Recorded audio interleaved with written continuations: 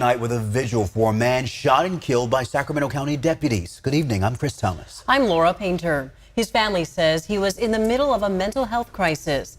They tell us there's video of the shooting that shows this never should have happened. They've hired an attorney to investigate that video. ABC 10's Luke Clary attended the vigil tonight and joins us from the Sacramento County Sheriff's headquarters right now. Luke, explain for us what happened.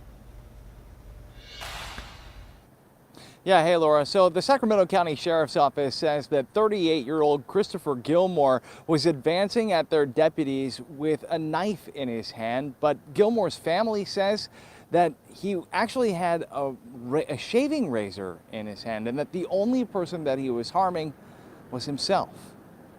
The family of Christopher Gilmore say their goodbyes. His sister Bobby called him the comedian of the family. It didn't matter how mad or sad you were, he would go to great lengths to make you laugh. But the family of the 38-year-old said he battled mental health challenges that made him feel alone. And then he'd go to depression and sometimes suicidal. It was during one of these episodes on March 23rd that family members called 911 from the Rio Linda home. They told dispatch that Christopher was cutting himself with a shaving razor. Sacramento County Sheriff's deputies responded, and within minutes, Christopher was shot dead. I just want my brother's voice to be heard. The Gilmore family has hired attorney Daniel Del Rio to investigate video of the entire incident captured by the family's surveillance cameras. It's startling, to say the least. It is an absolute tragedy what occurred. The situation is essentially summed up by saying we have a man who has a cry for help, and unfortunately it's answered with gunshots.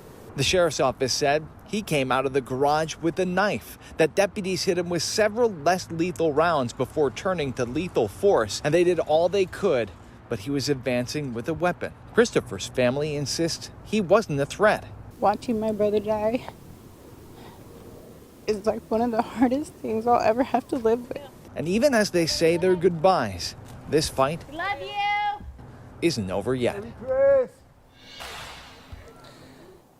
And the attorney hired by the Gilmore family says that that video will be released this week, potentially as early as even tomorrow morning.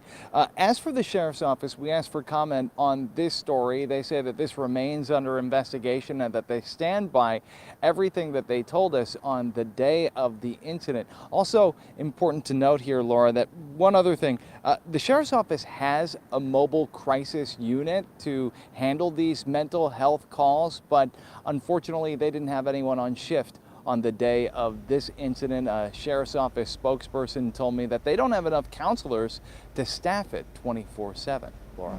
Luke, that is good to know. It's such a sad story all around. It's worth noting the sheriff's office has 45 days after the incident to release their own body-worn camera video of that incident, and that would fall in early May. Luke Clary, thank you.